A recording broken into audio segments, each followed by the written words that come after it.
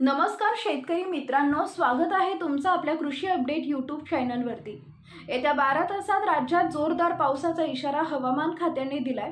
कोणत्या जिल्ह्यात पावसाचा इशारा देण्यात आलेला आहे पाहण्यापूर्वी आपल्या कृषी अपडेट यूट्यूब चॅनलला सबस्क्राइब करून शेजारील बेल आयकॉन प्रेस करा।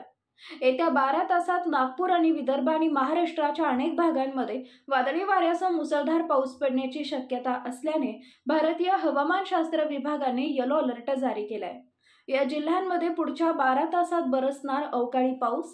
नागपूर, वर्धा, गोंदिया, वाशिम, यवतमाळ, अमरावती, भंडारा, चंद्रपूर, गडचिरोली, सिंधुदुर्ग, कोल्हापूर आणि सातारा जिल्ह्यांना पिवळा अलर्ट जारी करण्यात आलाय। महाराष्ट्राच्या या भागांमध्ये 40 ते 50 किलोमीटर प्रति तास वेगाने वारे वाहण्यासह विजांचा कडकडाट आणि गडगडाटी वादळेही जाणवतील। गेल्या आठवड्याभरापासून विदर्भात अवकाळी आणि मुसळधार पाऊस पडत आहे।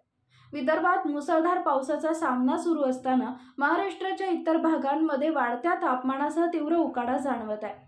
IMDने बाधित भागातील रहिवाशांना मुसळधार पाऊस आणि गडगडाटी वादळादरम्यान घरात राहण्याचा सल्ला दिलाय। सुरक्षित बाहेरील वस्तू ज्या जोरदार वाऱ्याने उडून जाऊ शकतात, विजा आणि गडगडाटी वादळाच्या वेळी झाडाखाली किंवा पाणवठ्याजवळ उभं राहणं टाळा।